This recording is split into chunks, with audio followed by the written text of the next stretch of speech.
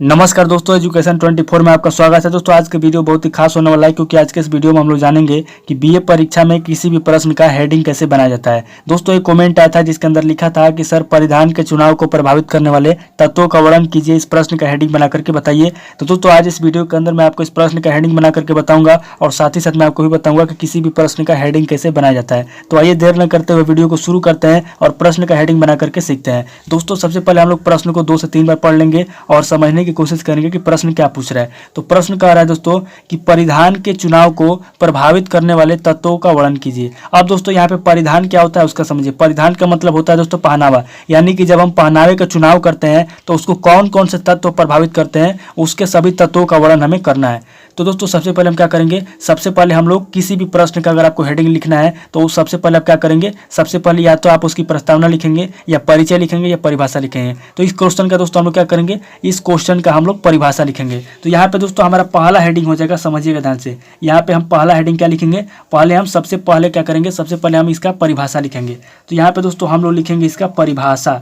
आप किसी भी प्रश्न का अगर आप पहला हेडिंग लिखते हैं तो या तो आप परिभाषा लिखिए या परिचय लिखिए या प्रस्तावना लिखिए, क्योंकि प्रश्न के अनुसार अगर ये किस चीज़ का क्वेश्चन है, ये किस सब्जेक्ट का क्वेश्चन है, तो ये होम साइंस का क्वेश्चन है। तो होम साइंस में हम क्या करेंगे, इसका परिभाषा लिखेंगे। देखिए सब्जेक्ट के अनुसार होता है। अगर सब्जेक्ट आपका होम साइंस का है तो उसमें अलग लिखिएगा, अगर इतिहास का है तो उसमें अलग लिखिएगा, हिंदी का है तो अलग लिखिएगा, सभी का अलग अलग होता है। तो यहाँ पर दोस्तों अगर ये होम साइंस का क्वेश्चन है तो इसके अंदर हम लोग पहला हेडिंग क्या लिखेंगे, पहला हेडिंग हम लोग परिभाषा लिखेंगे और इसकी परिभाषा हम लोग देंगे। अब परिभाषा के अंदर आपको क्या लिखना है, तो परिभाषा के अंदर दोस्तों आपको लिखना है परिधान के बारे में कि परिधान क्या होता है, आपको परिभाषा के अंदर यही लिखना है। अब यहाँ पे दोस्तों हम लोग देखते हैं कि पॉइंट क्या है। तो पॉइंट दोस्तों यहाँ पे इस क्वेश्चन के अंदर आपका एक ही पॉइंट है, परिधान, क्योंकि पूरा जो क्वेश्चन है सभी पूरा क्वेश्चन आपका एक ही पॉइंट पे आधारित है, परिधान पे। क्योंकि अगर आप परिधान को अगर आप हटा देंगे क्वेश्चन से तो इस क्वेश्चन का कोई मतलब नहीं निकलेगा। तो मेन पॉइंट क्या आपका, मेन पॉइंट आपका परिधान है। तो हम लोग क्या करेंगे, परिधान को टारगेट करेंगे और इसी को टारगेट करके हम लोग हेडिंग बनाएंगे। तो अगला हेडिंग हम लोग क्या लिखेंगे दोस्तों, देखिए पहले क्वेश्चन को बता दूं कि क्वेश्चन क्या कर रहा है। क्वेश्चन कह रहा है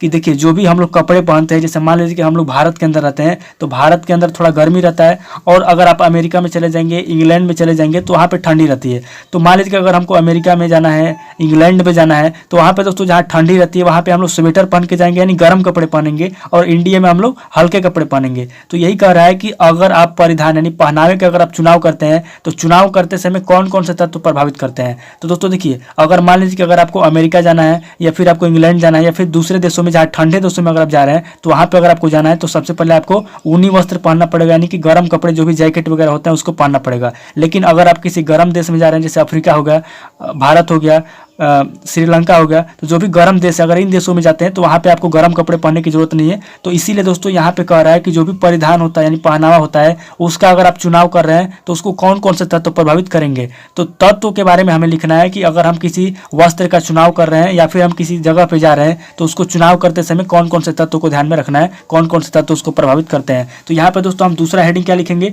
दूसरा हेडिंग दोस्तों हम लिखेंगे कि परिधान के चुनाव को प्रभावित करने वाले तत्व। इस तरीके से हम इसका हेडिंग लिखेंगे, क्योंकि प्रश्न के अंदर कहा है कि परिधान के चुनाव को प्रभावित करने वाले तत्वों का वर्णन कीजिए। तो सबसे पहले हम इस प्रश्न का परिभाषा लिख लेंगे और उसके बाद हम लिखेंगे यहाँ से लेकर के यहाँ तक कि परिधान के चुनाव को प्रभावित करने वाले तत्वों का वर्णन। तो यहाँ पर दोस्तों हम लोग लिखेंगे इस तरीके से, परिधान के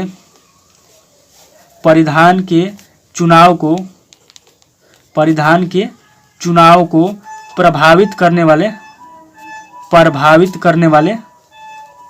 प्रभावित करने वाले तत्व। इस तरीके से दोस्तों हम लोग इसका हेडिंग बना लेंगे, परिधान के चुनाव को प्रभावित करने वाले तत्व। ये हमारा दूसरा हेडिंग हो गया।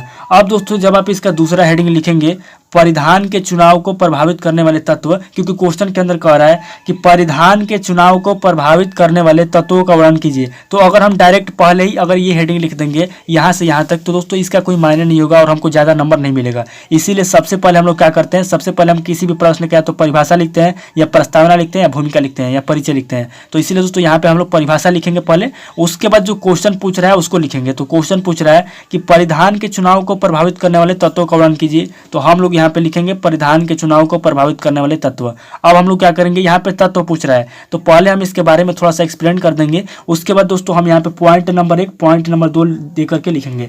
तो अब देखिए दोस्तों, आप समझिए जो भी हम वस्त्र पहनते हैं उसको कौन कौन से तत्व प्रभावित करते हैं। तो सबसे पहले दोस्तों वस्त्र तत्व प्रभावित करता है वो होता है दोस्तों जलवायु। जैसे अगर हम किसी ठंडे प्रदेशों में जाते हैं तो वहाँ की जलवायु दोस्तों कैसी होती है, ठंडी होती है, तो वहाँ पे हम लोग क्या करते हैं, गर्म कपड़े पहनते हैं। लेकिन अगर हम किसी गर्म देश में चले जाएं तो वहाँ पे हम लोग हल्के कपड़े पहनते हैं। तो परिधान यानी जो पहनावा होता है, अगर उसका चुनाव करना है तो उसको कौन कौन से तत्व प्रभावित करते हैं। तो सबसे पहले दोस्तों आपको जलवायु प्रभावित करती है। तो यहाँ पे हम पहला पॉइंट लिखेंगे, पहला हेडिंग लिखेंगे जलवायु।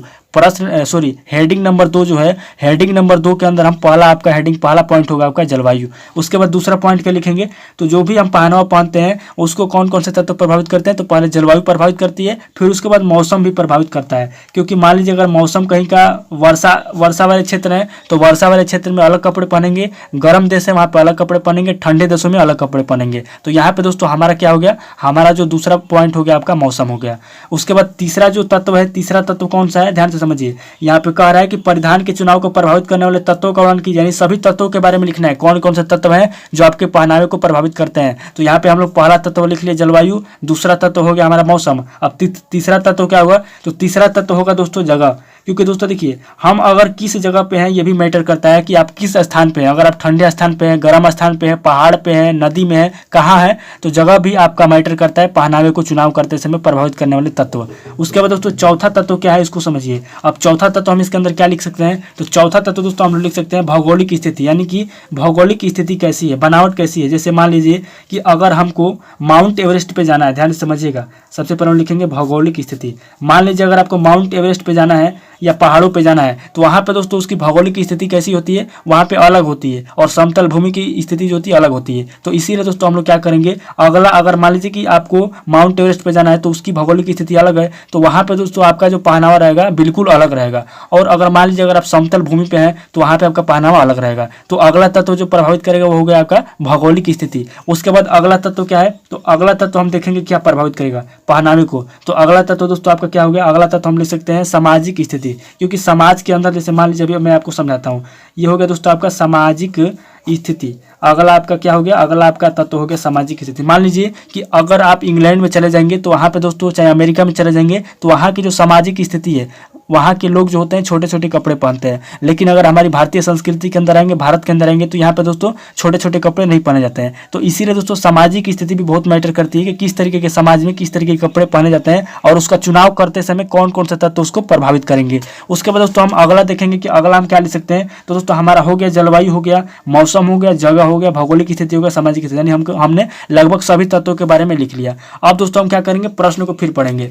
परिधान के चुनाव को प्रभावित करने वाले तत्वों का वर्णन कीजिए। यहाँ पे दोस्तों केवल आपसे ये पूछा गया है कि जो भी परिधान यानी जो भी हम पहनावा पहनते हैं उसका चुनाव करते हैं तो उसको कौन कौन से तत्व प्रभावित करते हैं। तो हमने यहाँ पे लगभग सभी तत्वों को लिख लिया। तो इसीलिए हम लोग क्या करेंगे, अब कोई आपका पॉइंट नहीं बचेगा। तो लास्ट में हम लोग यहाँ पे अगला जो तीसरा हमारा हेडिंग होगा वो होगा दोस्तों निष्कर्ष। हम यहाँ पे इसका निष्कर्ष लिख देंगे और हमारा जो है प्रश्न का हेडिंग कंप्लीट हो जाएगा। दोस्तों आज इस वीडियो को यहीं पे स्किप करता हूँ और मिलता हूँ आपसे नेक्स्ट वीडियो में किसी नेक्स्ट टॉपिक ऊपर। अगर आपको वीडियो अच्छा लगा तो वीडियो को लाइक कीजिए, शेयर कीजिए, और अगर आप इस चैनल पर नए हैं तो चैनल को सब्सक्राइब कर लीजिए, बेल आइकन को प्रेस कर दीजिए। और अगर आपको किसी भी टॉपिक के ऊपर वीडियो चाहिए तो चैनल के ऊपर जाइए, उस चैनल पर बहुत सारी वीडियो डली हुई है, उसको देखिए और वॉच कीजिए। Thank you.